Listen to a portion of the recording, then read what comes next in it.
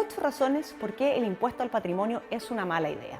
Hoy vamos a revisar los principales contenidos de un proyecto de reforma constitucional presentado por diputados del Partido Comunista, del Frente Amplio y de la Democracia Cristiana, entre otros parlamentarios de la oposición, que busca establecer en un artículo transitorio de la Constitución un impuesto a los altos patrimonios. Te voy a explicar aquí por qué es una mala idea perseverar en esta iniciativa. Número 1. En primer lugar, porque insistir en esta moción parlamentaria significa faltarle el respeto a nuestra institucionalidad y pasar a llevar las reglas del juego. Las cosas por su nombre. Sucede que nuestra Constitución reserva al presidente de la República la iniciativa exclusiva para iniciar proyectos de ley que se refieran a los tributos, cualquiera sea la naturaleza de estos. De esta manera, y bajo las reglas vigentes, el Parlamento no puede promover proyectos de ley en esta materia. Entonces, ¿cómo es posible que esta iniciativa esté en trámite parlamentario? Bueno, porque los parlamentarios, en vez de presentarlo como un proyecto de ley, lo que hicieron fue justamente presentarlo como una reforma constitucional, buscando de esta manera eludir y defraudar lo dispuesto en la Carta Magna. Con ello, este grupo de parlamentarios se atribuye más atribuciones, más facultades que las que expresamente les confiere la Constitución y la ley, cuestión que está prohibida aún en circunstancias extraordinarias como las que vivimos a causa de la pandemia. La separación de los poderes del Estado, el respeto a las facultades de cada cual y el actuar en el marco de esas atribuciones conferidas y no más allá es una protección establecida en favor de los ciudadanos y de sus libertades para evitar el abuso del poder por parte del Estado. Resulta inaceptable que se pasen a llevar nuestros derechos por la vía de resquicios que eluden las normas establecidas. En segundo lugar, te quiero contar que la situación además es muy grave.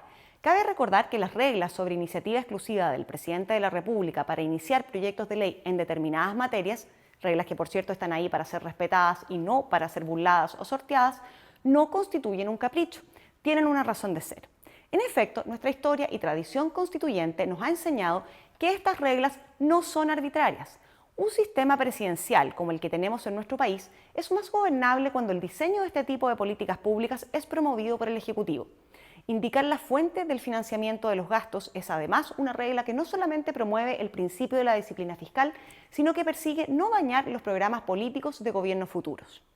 Así, estas reglas fortalecen la democracia al robustecer el régimen y responsabilidad de disciplina fiscal, al evitar la corrupción y la captura de los representantes en el Congreso y al enriquecer la deliberación y hacer más factible que sucesivos gobiernos puedan cumplir financieramente con sus promesas electorales.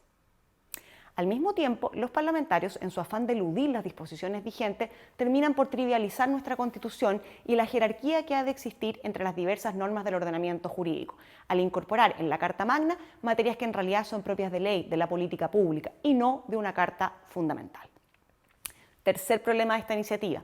En un contexto económico de bajo crecimiento, prácticamente de recesión, aumentar los impuestos solo hará más difícil y cuesta arriba la tan anhelada reactivación económica. En momentos en que es necesario disponibilizar recursos, disponibilizar capital para efectos de financiar proyectos de inversión y emprendimientos, es altamente inconveniente establecer un impuesto que grave justamente esa disposición de capital. Recordemos que los capitales son móviles y por lo tanto las personas los pueden cambiar fácilmente de una jurisdicción tributaria a otra jurisdicción tributaria y ello tiene un efecto negativo.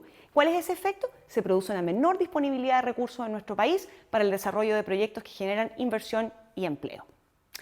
Cuarto problema, ¿por qué sigue siendo una mala idea? Porque es un impuesto difícil de fiscalizar, costoso de administrar y recauda poco en términos del PIB, pero lesiona, no obstante y de manera relevante, los incentivos a la inversión. Ello, pues se trata de un impuesto que aplica sobre bienes, sobre el retorno de capital, que ya han pagado otros impuestos con anterioridad, como el impuesto primera categoría y el impuesto global complementario, generando entonces o produciendo dificultades en materia de doble tributación. En ocasiones, además, dependiendo de la tasa que se proponga, puede implicar un gravamen desproporcionado en relación a las ganancias de capital que se pueden obtener a partir de estos bienes. Ello sería justamente el caso de la propuesta chilena, que plantea establecer una tasa de un 2,5% de impuesto a los altos patrimonios en circunstancias que hoy, dadas las condiciones de las tasas de interés en el mercado, estas bordean un 2% de retorno en promedio.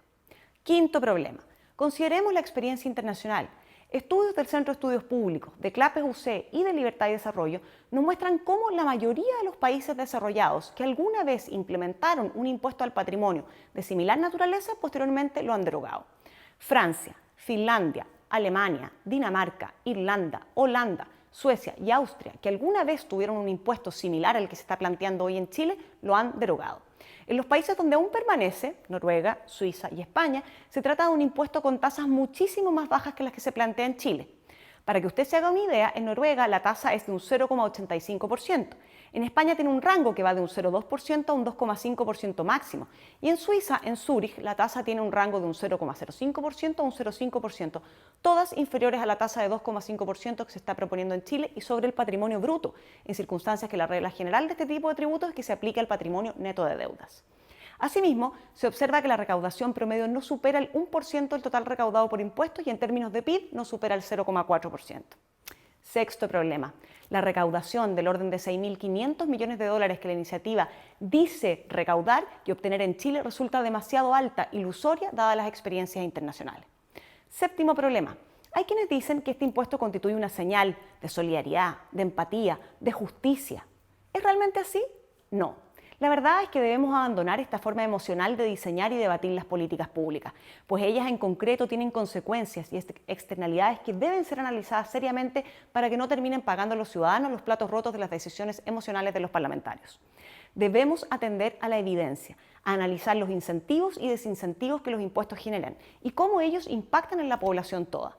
Un impuesto al patrimonio como el que se propone en Chile, con un diseño defectuoso, que además vulnera la Carta Fundamental, que aumenta los tributos durante una recesión económica, en circunstancias que diversos países hoy los están rebajando, que tiene expectativas recaudatorias sobreabultadas, que se alejan de la realidad y que no han logrado obtener ni siquiera los países desarrollados, con estados mucho más modernos y eficaces que el chileno, resultan un engaño a la población y genera además un problema de menor disponibilidad de recursos para financiar proyectos de diversa índole de inversión, cuestión que hoy día debiéramos estar incentivando y no ahuyentando para generar más empleo. Por último, el octavo y final problema. Nuestro país viene saliendo de una discusión tributaria que generó un acuerdo entre el gobierno y la oposición. Pero ese acuerdo implicó mantener el régimen semi-integrado de tributación como regla general. Eso significa mantener las tasas de los tramos más altos de ingresos para los dueños de grandes empresas en un 44,45%, tasa alta. La creación de un nuevo tramo en el impuesto global complementario de un 40%, un aumento en las contribuciones de bienes raíces en los tramos más altos de avalúo fiscal y una contribución de un 1% a los grandes proyectos de inversión. En este escenario, en el que venimos saliendo de una reforma tributaria que de neutra pasó a ser recaudatoria en régimen del orden de los 2.500 millones de dólares y que nuestro país tiene capacidad hoy día para endeudarse responsablemente, para hacer frente a gastos transitorios, no es en absoluto una buena idea continuar subiendo los impuestos para dar señales o de empatía o de justicia en el mediano o largo plazo, porque ello terminará por perjudicar la capacidad de nuestro país de recuperarse de la crisis social y económica en la que se encuentra, perjudicando a todos los chilenos.